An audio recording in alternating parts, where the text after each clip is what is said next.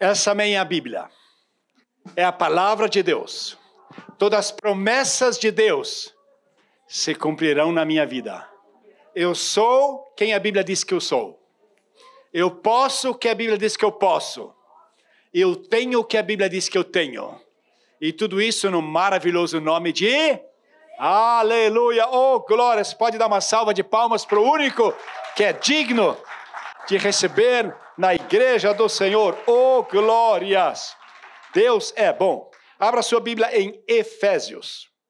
Efésios capítulo 3, a partir do versículo 14 ou 14, depende da região onde se mora.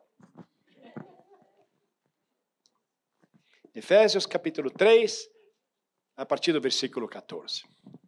Por essa razão, ajoelho-me diante do Pai, do qual recebe o nome toda a família nos céus e na terra. Oro para que com sua gloriosa riqueza Ele os fortaleça no íntimo do seu ser com poder, por meio do seu Espírito, para que Cristo habite no coração de vocês, mediante a fé, e oro para que, estando arraigados e alicerçados no amor, vocês possam, juntamente com todos os santos, compreender a largura, o comprimento, a altura e a profundidade, e conhecer o amor de Cristo, que excede a todo conhecimento, para que vocês sejam cheios de toda plenitude de Deus. Oh, glórias!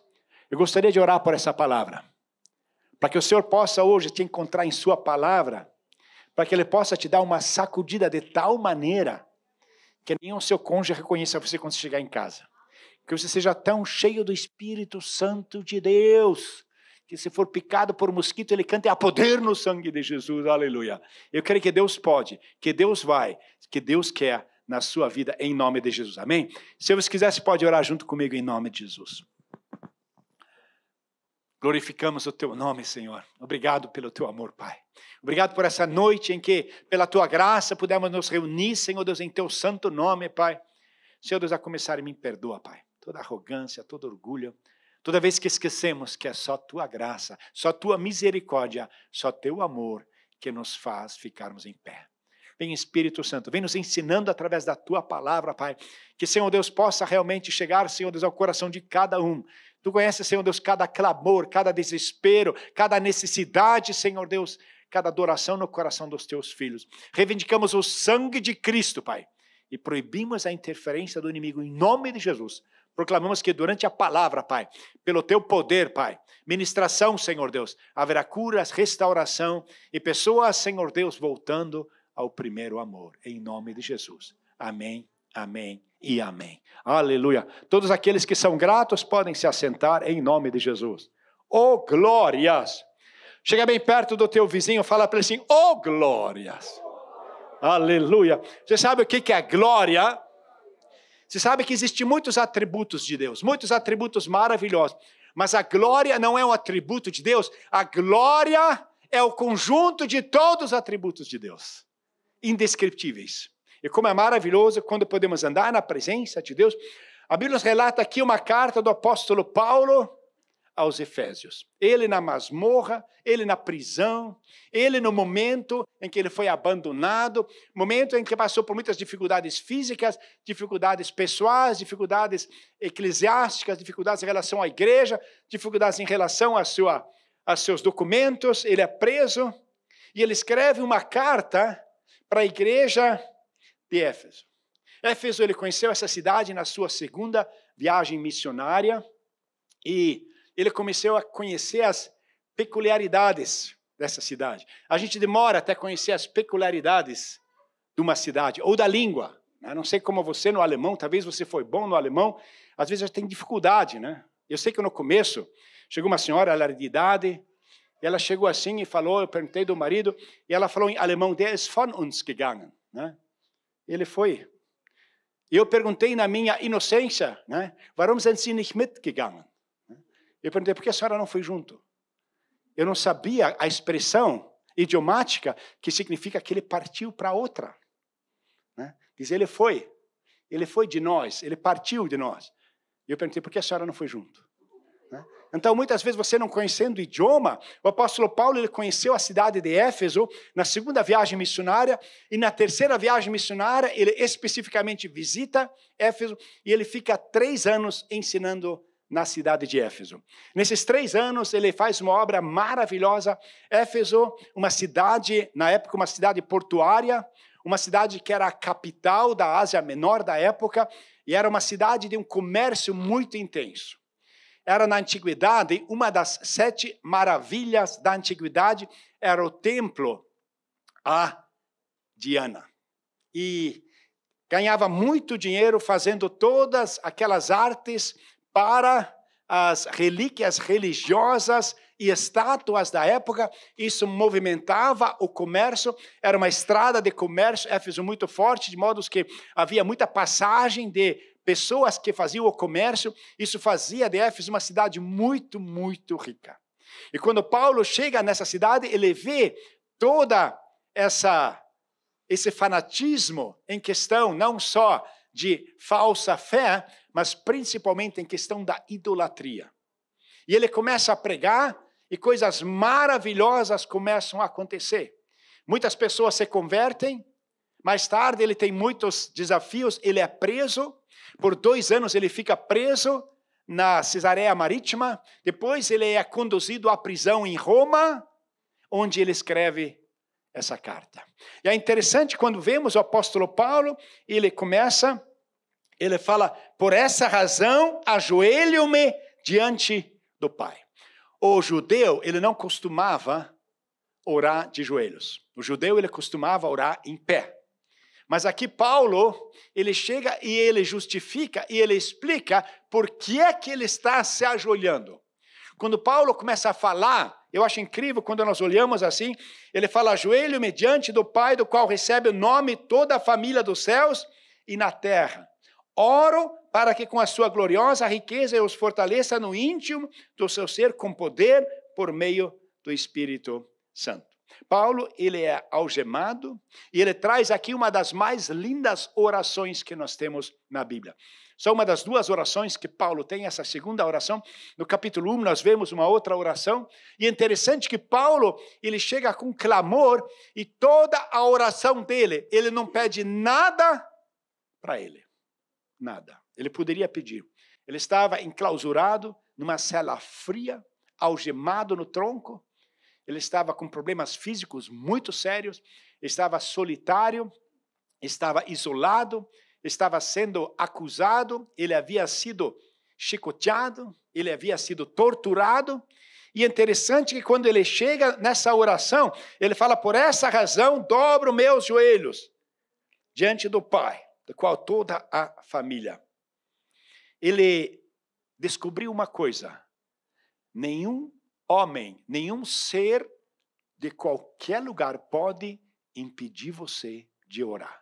Nenhuma prisão, nenhum isolamento, nenhuma angústia, nenhuma enfermidade, nenhuma situação. O homem de Deus disse, mesmo que costurem os seus lábios, eles não podem impedir que seu clamor chegue à presença de Deus. E Paulo sabia disso. Paulo, ele está preso e se eu estivesse preso, eu ia ficar inativo. Não posso mais fazer nada. Afinal, eu estou preso. Eu queria, mas Deus não quis. Mandou eu prender aqui. Mas fazer o quê? Vou ficar tranquilo aqui. O alemão, ele fala soprando as batatas. Não.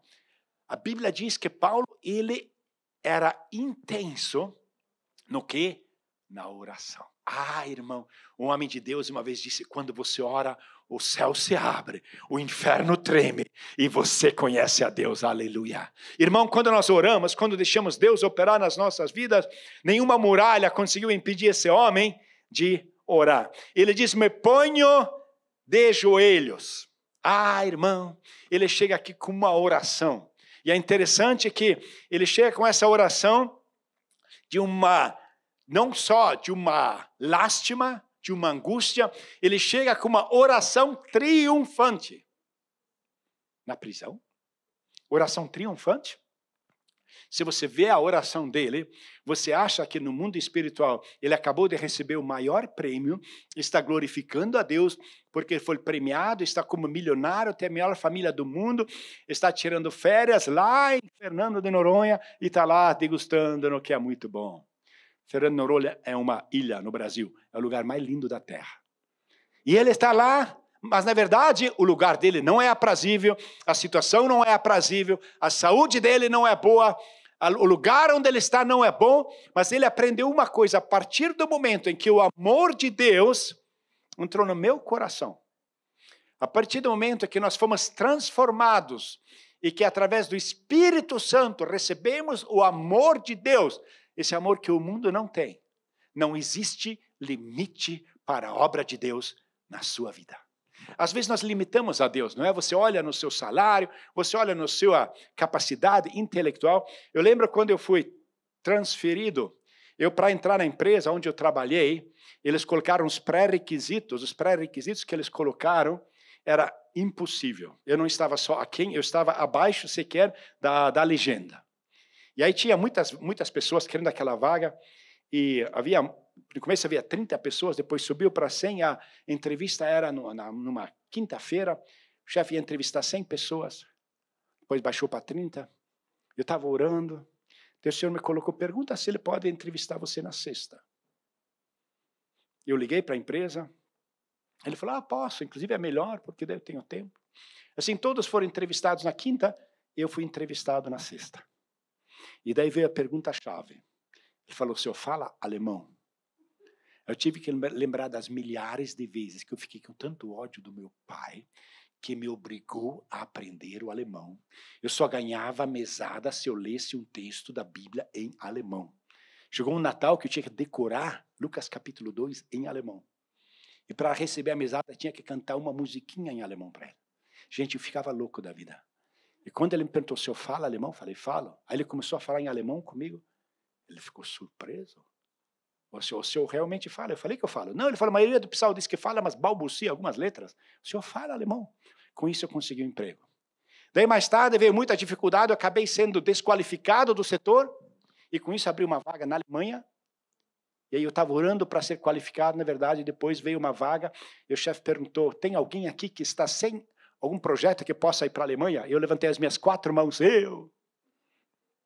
Aí eu vim para a Alemanha. Quando eu cheguei na Alemanha, eu vi que eu estava muito abaixo da qualificação dos engenheiros daqui. Irmão, era muita areia para o meu caminhãozinho. Mas a maravilha que eu tinha é que o Senhor atende a oração do seu filho. Oh, glória! Eu tinha uma colega que eu conhecia, ele fala, Teodoro, eu sei de onde você vem. Você é muito burrinho, mas você tem tanta sorte. Todo projeto que você pega, a coisa anda, você é muito sortudo. Mas eu sei que você não tem toda essa bola. Eu falei, eu não tenho toda essa bola, eu tenho Jesus, aleluia. Irmão, quando você tem Deus, Deus é tudo que você precisa. Lógico, você precisa se qualificar, nós fazemos aquilo que é necessário, mas Deus está acima de qualquer qualificação que nós temos aqui na terra. E o apóstolo Paulo, ele chega e diz, por meio do Espírito, para que Cristo habite no coração de vocês mediante a fé, oro para que estando arraigados. É interessante que ele chega e ele pede poder. Irmão, todo mundo quer poder, não é verdade? Não sei se você é assim, mas a gente gosta de poder. Eu sou daquela época em desenho animado que existia tal do He-Man lá, né? Não sei o que era, né? Eu tenho a força, oh glória. Aí eu pegava aquela espadinha lá de madeira que tinha, fazia lá o sinal do Zorro no armário da minha mãe lá, ela ficava louca da vida, né? Você quer ser forte. E ele fala aqui depois que ele quer, versículo 9, versículo 7, para que Cristo habite no coração da fé e oro para que estando arraigados, alicerçados. Ele diz aqui, fala sobre o amor. Como é lindo quando vemos a palavra de Deus, e no versículo 9, conhecer o amor de Cristo. Interessante que ele quer poder, mas ele quer poder para amar. A carta aos Efésios é uma carta de amor. Se nós pegamos sobre fundamento da fé, e você vai fazer um curso bíblico, e a história e fundamento da fé é a carta de Efésios. Efésios é o fundamento da eclesia. E quando você começa principalmente com o alicerce da igreja, você pega a carta aos Efésios. E ele chega assim: não cesso de orar. Não paro de orar. É isso que a igreja precisa. A igreja precisa de oração e palavra. São os dois fundamentos para que você possa andar na presença de Deus. Eu viajei muito por esse meu Brasil e eu amava toda noite quando eu viajava ir numa igreja. E o bom no Brasil é que em toda a cidade tem igreja que tem culto toda noite. Gente, eu cheguei em congregaçãozinha que era 2, 3 pessoas, irmãzinhas orando, mas uma igreja, mas uma bênção, mas um cheiro de Cristo, que coisa linda. Eu lembro, eu cheguei numa igreja, numa cidade, era noite, eu estava muito cansado, eu estava tudo arrebentado. E eu vi uma igreja, eu vi aquele louvor, falei, gente, entrei lá. Gente, foi um dos melhores cultos que eu escutei. E como a gente né? Cheguei na primeira fila, lá estava louvando, estava adorando. E a pastora me olhando meio de revisgueio. Sabe aquele olhar assim que você sabe? Alguma coisa está errada. E eu ali glorificando, no final ele despediu, ele falou, quero dar um grande abraço, Deus abençoe todas as irmãs que estão aqui. Era culto de mulheres. Era culto de mulheres, eu não tinha percebido. Eu estava tão na unção, era tanta glória derramada ali, eu era barulhento lá e tal. E eu lá na frente, todo discreto, gritando aleluia. Era culto de mulheres, e o tema era só sobre mulheres, e a pastora estava toda tímida. Eu estava meio assim, por que ela está tão, Tinha um homem no meio. Tinha lá um espião no meio, irmão. Eu não sabia que ia sair tudo apavorado sem me despedir lá. Irmão, quando você ora, quando você permite Deus operar na sua vida, ele fala aqui que a providência de Deus, eu acho maravilhoso, a nossa, maior do que qualquer provisão. Eu acho lindo quando ele fala, oro para que com as suas gloriosas riquezas ele nos fortaleça no íntimo do seu ser, com poder, por meio do seu Espírito, para que Cristo habite no coração de vocês mediante a fé, e ora para que estejam arraigados e alicerçados no amor. O que é arraigado? Arraigado é enraizado, é planta. A planta ela tem que crescer tanto para arriba como para vir abaixo. Uma planta ela só pode ser resistente a intempéries se a raiz dela for tanto para cima como para baixo. A mesma coisa ele fala que sejam arraigados e alicerçados. Alicerçado fala de construção. Uma construção tem que ter um fundamento. Eu lembro uma vez nós fazíamos a gente cuidava do gado, meu pai tinha uma criação de gado leiteiro, e eu e meu irmão fizemos uma cabana maravilhosa. Mas chegou o primeiro ventinho, essa cabana voou embora. Aí eu vejo no Japão, tem um terremoto de escala 7,6, e são poucas casas que foram derrubadas. Aí você olha um pouco, você vê, os japoneses sabem dos problemas sísmicos que eles têm, então eles constroem com um fundamento maior do que o prédio, eles põem um cimento de qualidade, não como eu que colocava mais caldo que o cimento, porque o cimento era caro, e eles põem um cimento plástico, é uma nova técnica, de modo que os prédios eles se movem, mas eles não caem. Ele fala que eu oro para que realmente vocês sejam arraigados e fundamentados e alicerçados. E vocês possam, juntamente com todos os santos, não sozinho, juntamente com todos os santos. Irmão, ultimamente nós estamos nos desacostumando a juntamente. Nós fazemos a reunião de eu comigo só, eu e eu aqui. Irmão, a Bíblia fala que quando o amor de Deus opera, é junto com todos os santos. E o apóstolo Paulo, ele traz isso aqui de uma maneira de que ele mostra que aquilo que nós realmente temos quando nós andamos, poder no interior, revestimento de poder, ser revestido, ser poder está ligado ao Evangelho. E quando você vê o Espírito Santo em Atos, você vê a capacitação para lutar, a capacitação no dia a dia. Nós precisamos do Espírito Santo. Ele fala que habite Cristo em nós, habite Cristo em nós. Quando nós começamos a andar na presença de Deus, quando nós começamos a operar e permitir Deus agir na nossa vida, há uma mudança. Eu acho lindo aqui que ele fala, versículo 9, e conhecer o amor de Cristo que excede a todo conhecimento.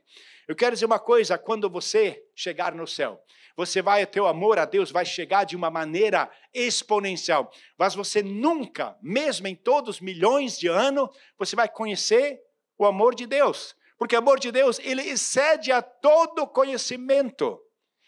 Todos os atributos de Deus, você vai passar o céu, a eternidade, não vai conhecer, alcançar. Porque tudo que Deus tem, todos os atributos, a glória de Deus, nunca tem fim.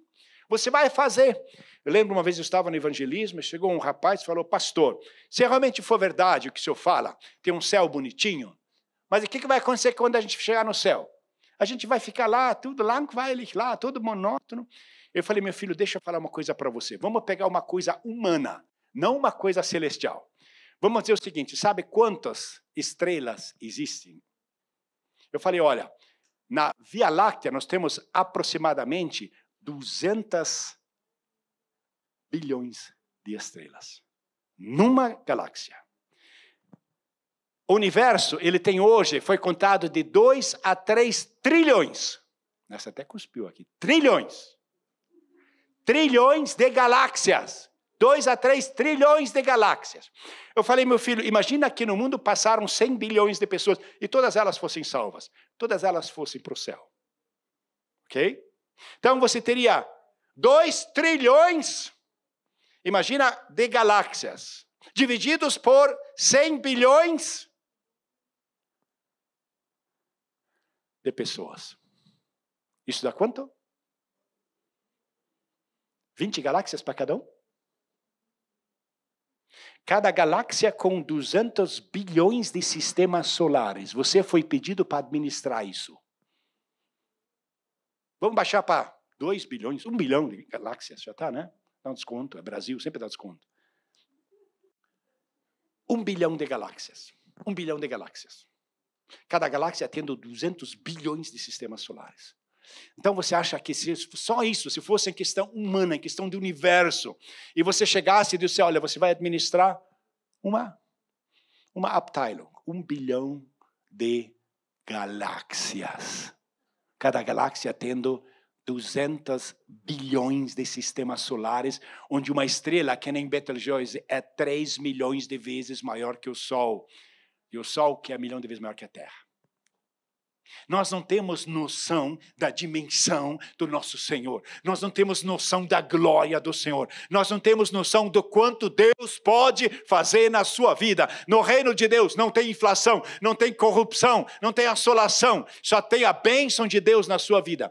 E quando você se torna filho de Deus, você se torna herdeiro. Irmão, você tem um pai que é rico. É o sonho de todo brasileiro. Eu tenho tudo que eu preciso, mas eu gostaria de ser rico. Se eu tivesse rico.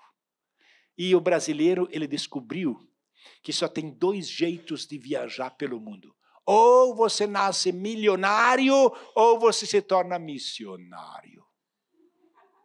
Então ele fala, eu sinto um chamado aqui, é para Paris, ali que Deus me quer.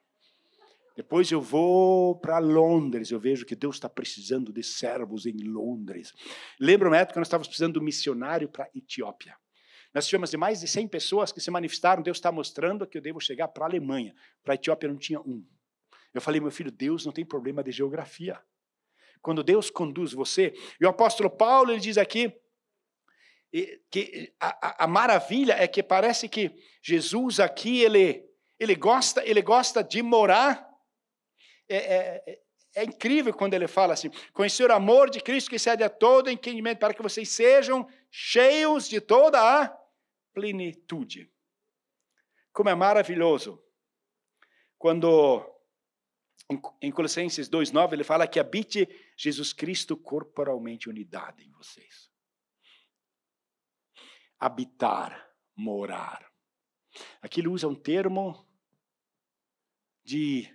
não é de um inquilino, mas é do dono de uma casa. É diferente quando você tem as chaves da casa, você entra, você faz aquilo que você quer. Eu escutei o exemplo de um homem de Deus, ele falou, imagina você tem uma casa, você alugou, é bem barato. O cara falou, olha, essa casa aqui é maravilhosa, é uma mansão que tem aqui na região nobre de Munique. Na verdade custaria 20 mil, eu alugo para você por 200. Só tem um problema. Tem um quarto dentro da casa, está trancado, você não pode ter acesso. Eu crio as minhas cobras ali dentro. Mas não se preocupe, está trancado ali. Tem uns 200 cobras ali. Esse quarto você não tem acesso. Você ia alugar essa casa? Irmão, eu não só não ia alugar, mas eu ia ver uma casa que fosse tão distante que nenhuma cobra conseguisse chegar daquela casa até a casa onde eu vou morar. Mas nós, muitas vezes, nós não percebemos. Será que Jesus, ele gosta de estar na nossa casa? Interessante é que quando Paulo fala aqui, ele fala do amor, ele mostra o amor, ele mostra alicerçado no amor, um prédio com fundamento. Ele mostra sobre a largura, comprimento, a profundidade, a altura. O amor não pode ser sozinho, ele junto com todos os santos. Paulo, ele dá muita ênfase no amor à carta de Efésios. Quando nós vemos os exemplos práticos depois, nós vemos que Éfeso é uma igreja que ela exala o amor, ela cheira a amor. As pessoas se convertem, se arrependem, queimam todos os objetos que eram objetos de idolatria, e eles chegam na presença de Deus. Há um mover sobrenatural, há uma coisa que o evangelho se espalhou por toda a Ásia através dessa igreja maravilhosa de Éfeso. Paulo fez uma obra maravilhosa. E interessante é que quando nós vemos, ele fala no final, sejam tomados de toda a plenitude. Nós precisamos ser cheios da presença de Deus. Ficar cheio daquele que pode fazer infinitamente mais. E Paulo, eu acho maravilhoso, ele faz essa conotação aqui, na igreja de Éfeso, e a igreja de Éfeso é uma das igrejas, é um dos alicerces, é um dos pilares da igreja primitiva. Aí o tempo passa. Passam 40 anos. Os primeiros líderes já não estão mais na ativa. É uma nova geração de líderes que tem. Nessa época já não é mais Nero, o imperador, é Domiciano, que ainda era quase mais cruel do que Nero. Ele costumava colocar crentes em cima de palancas, cobrir com piche e acender para que toda Roma fosse iluminada. E de repente é uma nova geração. E nessa nova geração, quando você olha em Apocalipse capítulo 2, nós vimos na carta de Efésios, uma carta de Paulo para a igreja. Agora tem uma carta de Jesus para a igreja. E vamos ver o que aconteceu nesses 40 anos. A Bíblia fala que Jesus, ele chega para João, e João era o apóstolo que Jesus amava. Ele era aquele que era o queridinho de Jesus. E de repente ele diz, eu estava tomado no dia do Senhor, eu estava na ilha de Patmos por causa do evangelho, por causa da palavra. Ele não diz que eu fui preso, fui chicoteado, não. Ele só fala, eu estava por causa do evangelho. E ele fala no dia do Senhor. Aí de repente ele tem uma visão, ele escuta uma voz. E a Bíblia diz que quando ele se volta, no versículo 10, no dia do Senhor, achei-me em espírito, ouvi uma voz. Versículo 12, voltei-me para quem falava comigo, voltando-me vi 7 candelabros de ouro. E daí no 16, tinha em sua mão à direita as 7 estrelas. Aí ele começa a falar a respeito das igrejas. Ele começa com a igreja de Éfeso. E ele começa, a partir do versículo 1, ao anjo da igreja em Éfeso, escreve, estas são as palavras daquele que tem as 7 estrelas em sua mão direita e anda entre os 7 candelabros de ouro. Quem é o remetente?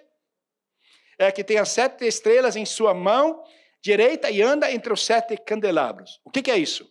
Dá uma olhada no versículo anterior, no último versículo do capítulo 1, versículo 20. Esse é o ministério das 7 estrelas que você viu em minha mão direita e dos 7 candelabros. As 7 estrelas são os anjos das 7 igrejas. Os 7 candelabros são as próprias 7 igrejas. Então, o que acontece? A Bíblia fala que João, ele conhecia Jesus. Haviam passado agora entre 50 e 60 anos. E ele pensou que ele conhecia Jesus. Quando ele olha para trás, ele não vê Jesus. O que ele vê? A Bíblia diz, ele vê o quê? A Bíblia diz que ele vê os 7 candelabros. Ele não vê Jesus, ele vê os 7 candelabros. E o que a Bíblia diz? O que são os 7 candelabros? São as igrejas. Jesus fala com João, e João se vira e quer ver Jesus. Ele não vê Jesus, ele vê a igreja. Irmão, Jesus se manifesta na igreja. Jesus se manifesta sobre a igreja. Jesus nunca se manifesta fora da igreja. João, ele se volta e ele olha, ele vê Jesus no meio da igreja. E na sua mão direita, ele está segurando as 7 estrelas. A mão direita é a mão de autoridade. E a Bíblia diz que as estrelas são os anjos da igreja. Quando ele usa essa palavra, segurando, tem 2 termos em grego. Um termo é segurar, assim. Você está segurando parcialmente, mas tem uma parte que sobe. Tem um outro termo que é segurar, tipo você coloca uma bolinha de gude aqui dentro. Então você está segurando, mas ela está totalmente cercada. Não tem um lugar da tua mão que ela possa ser. Assim é a expressão que ele usa. Ele diz, eu tenho na minha mão direita, a mão de autoridade, segurando as 7 estrelas. Ele fala sobre os anjos da igreja. Irmão, a Bíblia fala sobre o anjo da igreja. É anjo, mas também é o líder da igreja, o pastor da igreja, o presbítero da igreja, aquele que está conduzindo a igreja. E ele fala, tenho na minha mão. Irmão, independente de qual igreja você está, não fique se preocupando sobre o pastor. A Bíblia fala, Jesus tem ele totalmente na sua mão. Nada foge ao controle de Deus daquilo que acontece na igreja. E ele está se movendo dentro da igreja. Ele está na igreja e o objetivo dele é a igreja. A Bíblia diz que João foi tomado no dia do Senhor, no dia de irmos à casa de Deus. Quando o apóstolo João, ele tem esse conhecimento, eu acho incrível como de repente começam a acontecer algumas coisas que são bem diferentes. Jesus, ele anda no meio da igreja. Ele anda encorajando, admoestando. E a Bíblia diz, de repente,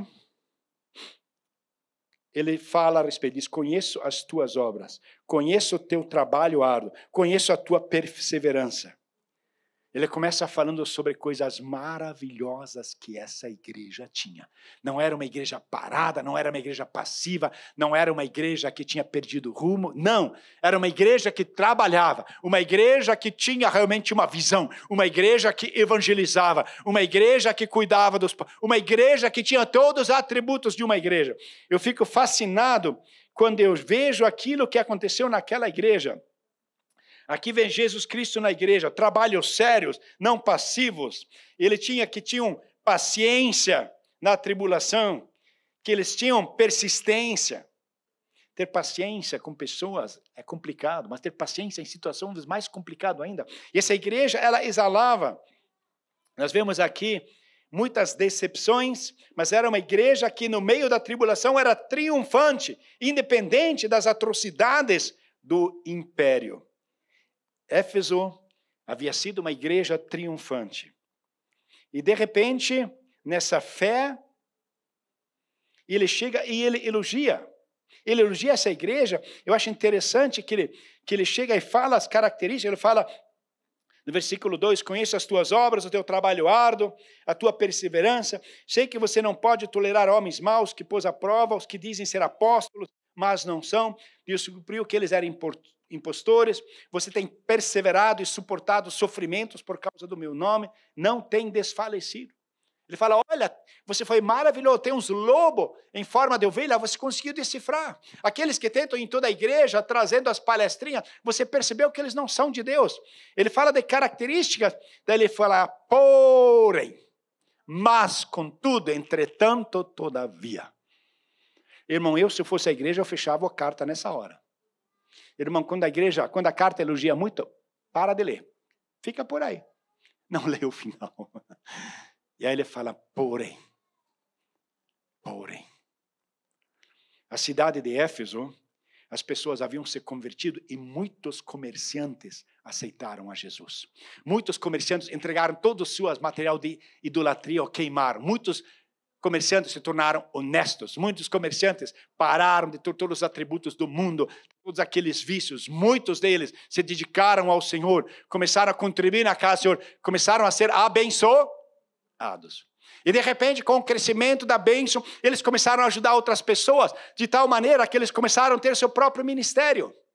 De repente, eles já não tinham mais tempo para a igreja, mas eles cuidavam dos pobres, eles tinham seu ministério, eles tinham seus apóstolos, mas não tinha mais tempo para a igreja. Eles foram tão bem-sucedidos que, de alguma maneira, eles não precisavam mais do irmão. Eu não preciso chegar na igreja para abraçar esse irmão que não sabe usar desodorante.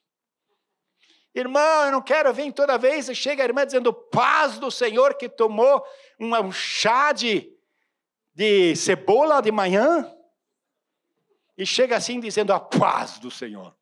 Você já cai de costas e não é na unção. Eu não preciso daquela irmã que sempre pergunta como é que é, já está bom, seu maridinho já voltou para casa ou ainda não? Eu não preciso disso, eu fico em casa, posso orar em casa, eu não preciso do irmão, eu não preciso de você.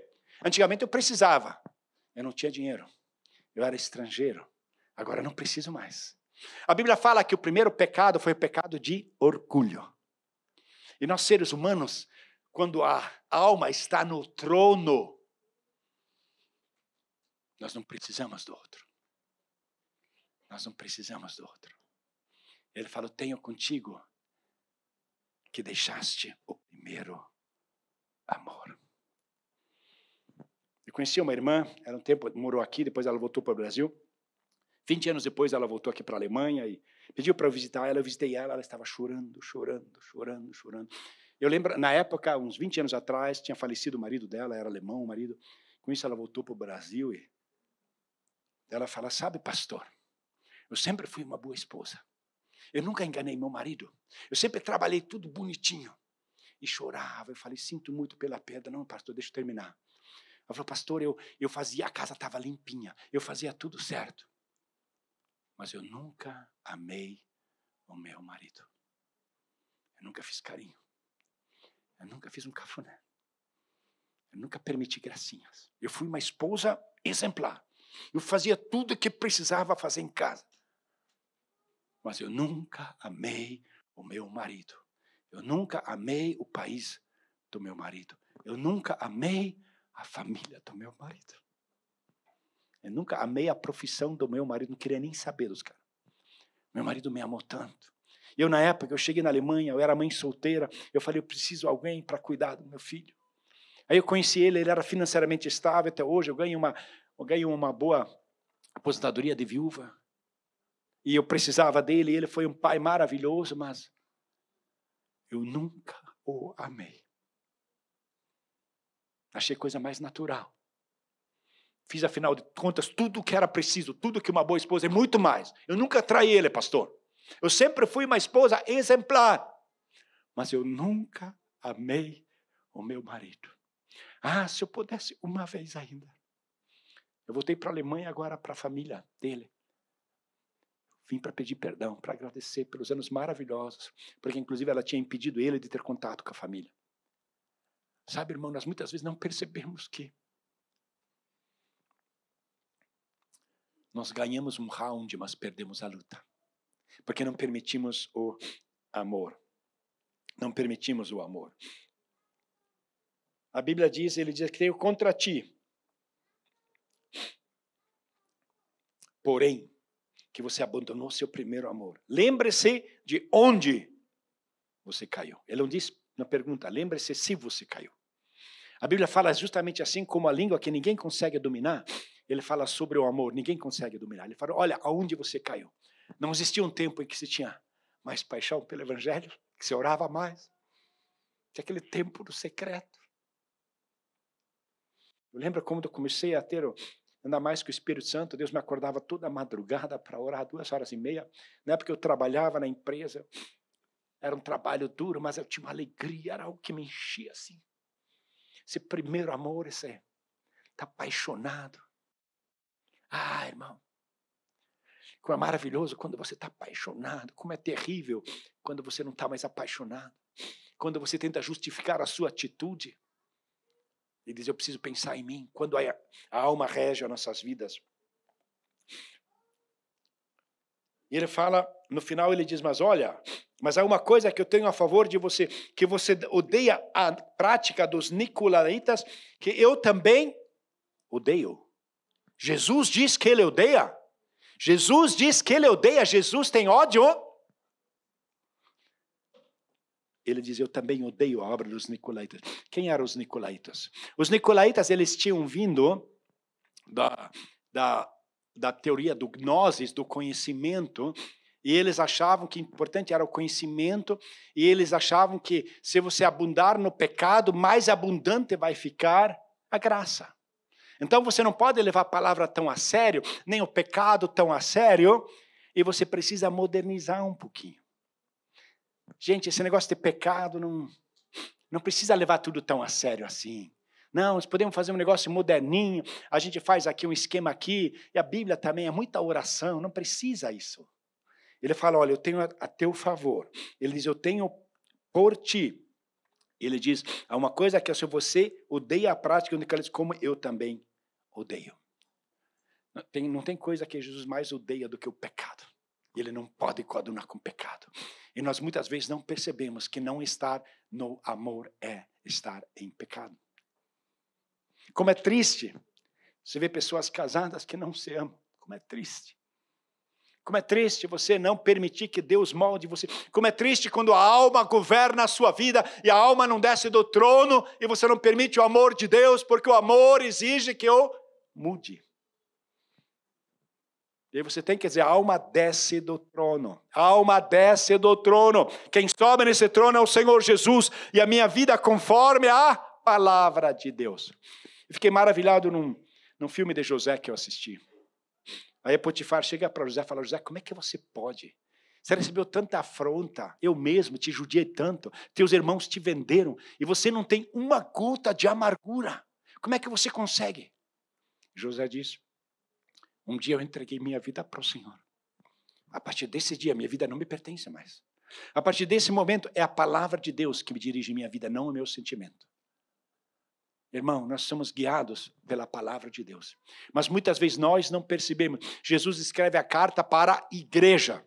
Ele fala para a igreja mais bem-sucedida de Éfeso. Ele escreve para 7 igrejas. Essas 7 igrejas também são um simbolismo.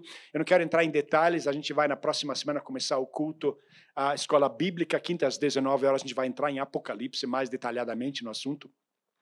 Ele escreve para 7 igrejas, alguns falam que é simbolicamente em questão de períodos, mas eu creio que não é assim. Eu creio que as 7 igrejas simbolizam, em primeiro lugar, certos tipos de pessoas em igreja. Em cada igreja tem pessoas, como as pessoas em Éfeso, que desviaram, em Esmirna, que perseguidas, em Pérgamo, que são liberais, em Tiatira, que são negligentes, em Sardes, que estão mortos, em Filadélfia, que são abençoados, ou na Laodiceia, que são mornos. Toda a igreja tem isso. Mais ou menos, em toda a igreja tem isso. E não só isso, às vezes é período da nossa vida. Tem tempo da nossa vida em que você tem toda essa característica, em que você está desviado, ou então, que nem Esmirna é perseguido, então que nem Pérgamo você fica liberal, ou então Tiatira você fica relaxado, ou em Sardes que você está morto, ou Filadélfia que você está abençoado, ou em Laodiceia que você está morno. Eu não gostaria de entrar em detalhes nisso, nós vamos entrar em detalhes no estudo bíblico. Mas uma coisa que me chamou a atenção, ele fala, volte ao primeiro amor, senão vai ter consequências. E ao que a história mostra, Efésios não se arrependeu. A igreja fechou. Não só a igreja fechou, como a cidade ficou amaldiçoada. Éfeso era uma cidade portuária, e por uma catástrofe da natureza, o mar se afastou. Hoje, Éfeso está distante a 15 quilômetros do mar fora da cidade. Não tem mais porto. Não tem mais cidade. Ficaram só ruínas, porque não estava disposto a voltar ao primeiro amor. A Bíblia fala, hoje nós vimos na oração da manhã, 1 João 4,16, Deus é amor. E quem permanece no amor, permanece em Deus e Deus nele. Nós que já temos alguns cabelos brancos, a gente tem a tendência. Um dia minha esposa chegou para mim e falou, Teodoro, vamos ir lá no ótico, lá, Eu falei, não precisa, eu estou enxergando bem. Eu falei, não, vamos lá, só dá uma olhada no óculos lá. Um dia ela me levou, passou lá no shopping center, me pegou pelo braço, entra aqui, experimenta o óculos. Irmão, quando eu coloquei aquele óculos, parece que eu tinha ligado uma TV HD. Eu comecei a enxergar tudo que estava em minha volta. Eu comecei a reconhecer tudo. Viu o olho azul lindo da minha esposa de novo? Irmão, eu tinha perdido parte da visão e não tinha percebido. Sabe, irmão, a gente que perde o primeiro amor, a gente não percebe. Por isso é maravilhoso você ser casado. Porque a esposa, ela fala. Ah, irmão. Eles perguntam às vezes, pastor, um pastor perguntaram, pastor, como é que eu sei como pastor que eu ainda estou no caminho certo? Ele fala, enquanto tua esposa for teu maior fã, pode ter certeza que está no caminho certo. Um dia chegou um irmão e falou, pastor, o que você acha da minha vida espiritual? A esposa estava do lado e eu falei, o que a senhora acha dele? Mas ela começou, ele falou, não, ela sempre fala isso. Eu falei, então você já devia ter escutado. Você sabe que Deus, na sabedoria dele, ele criou o homem com uma boca e 2 ouvidos. E ainda para dar segurança, colocou a língua dentro da boca fechada. Mas não tem chance, a língua sai toda hora. Ah, eu quero falar. Você já viu alguém ouvir qual é o chamado dele? Você falou, já viu alguém falar, eu quero ser ouvinte? Não, quero ser professor, pastor, apóstolo. Eu quero ensinar a palavra. Nós precisamos de gente que obedeça. Porque quando nós queremos andar no amor, ele fala, volta ao primeiro. Ele fala ao vencedor, darei do fruto da árvore da vida. A árvore é feito de madeira. Foi naquele madeiro que Jesus conquistou a cruz. Que carta maravilhosa. Se Jesus hoje fosse escrever uma carta para nossa igreja, como seria essa carta? Se Jesus fosse escrever uma carta para você, o que ele escreveria?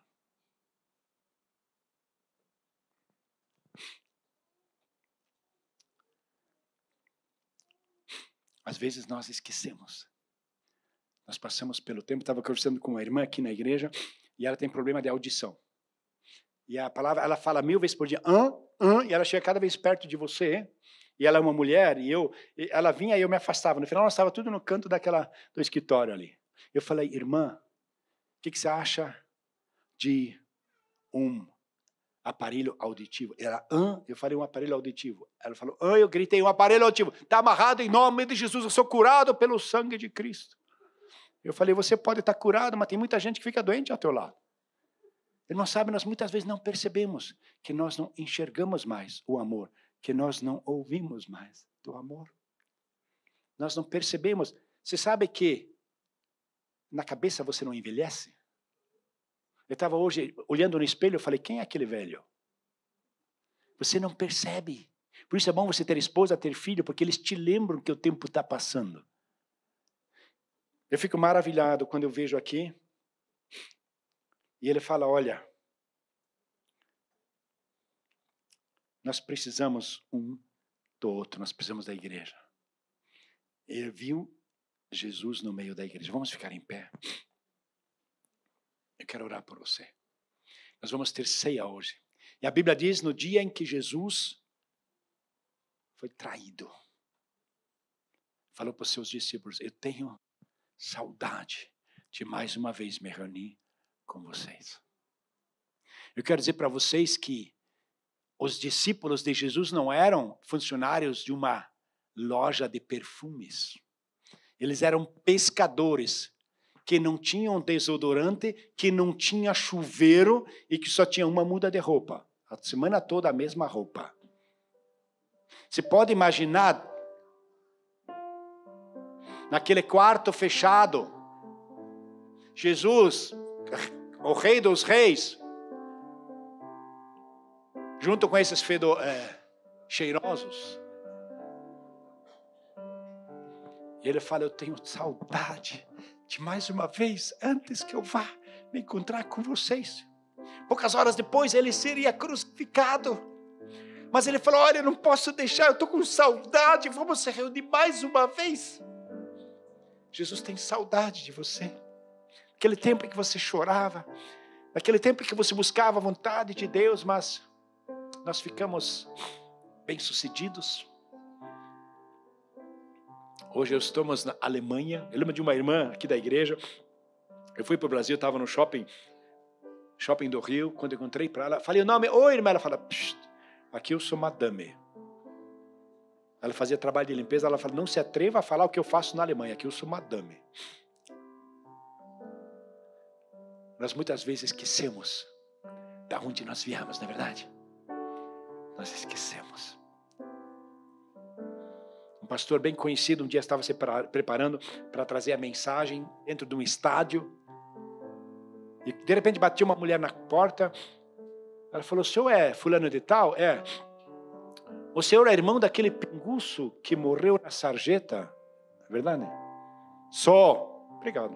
Foi embora. Ele ficou com raiva e falou, o que é isso? Eu aqui um pastor com milhares de membros. Vou trazer uma mensagem aqui poderosa. E essa enviada do capeta me lembra do desgraçado do meu. De repente veio o Espírito Santo e falou, você esqueceu? Você esqueceu que foi só minha graça? Você esqueceu que foi só minha misericórdia? Você esqueceu que foi só o meu amor que mudou você? Não é você, é o Espírito Santo. Você esqueceu? Ah, irmão, os crentes de hoje nós temos problema de Alzheimer. A gente não lembra mais que foi só Deus, que foi só a graça. E hoje nós queremos mandar, nós não pedimos mais perdão. A Bíblia fala que o amor de Deus é derramado pelo Espírito Santo quando aceitamos a Jesus. E você tem hoje a oportunidade de conhecer esse amor que só existe em Jesus. E o amor desses que você não encontra em nenhum outro lugar. E talvez você queira hoje entrar nesse barco. A Bíblia fala, essa nova aliança é uma aliança baseada no amor. Não tem liturgia, não é com mandamentos, não é com tradição. É baseado no amor. E se você quer, ore comigo e diga, querido Deus Pai, eu chego na Tua presença em nome de Jesus. Eu sinto muito, Senhor, de todos os pecados que eu cometi. Eu reconheço que eu sou pecador, eu me arrependo, Senhor. Me perdoa todos os meus pecados. Senhor Jesus, entra na minha vida. Faz tudo novo. Eu te declaro como meu único Senhor e Salvador. Para a honra e glória de Deus Pai. Em nome de Jesus. Amém, amém e amém. Você pode dar uma salva de palmas aí. O único que é digno de receber aplausos na igreja do Senhor. O Louvores vai estar nos dirigindo antes de nós partirmos para a Santa Ceia.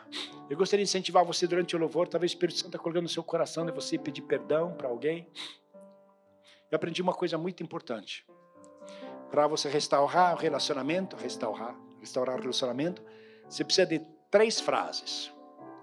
Me perdoa, eu estava errado, eu amo você. Ah, quantas vezes eu falei, eu te perdoo, você estava errado, eu amo você. Não. Esse ano nós temos o ano do amor. Eu gostaria de dizer a você que com amor, ele nunca é um julgamento do outro. O outro está sem amor. Não, é sempre eu. Nunca use esse dedo. Mas só isso aqui, não. Nunca use esse dedo. Nunca acuse. Quando a pregação sobre amor é para mim. É para mim. E antes de nós irmos para a ceia, talvez tenha alguém aqui que precisa dar um abraço e dizer, olha, eu te amo, perdoe. Depois nós queremos partir para a ceia, para a primeira ceia desse ano. Esse ano nós temos o tema do amor. Oh, glórias. Voltar ao primeiro amor.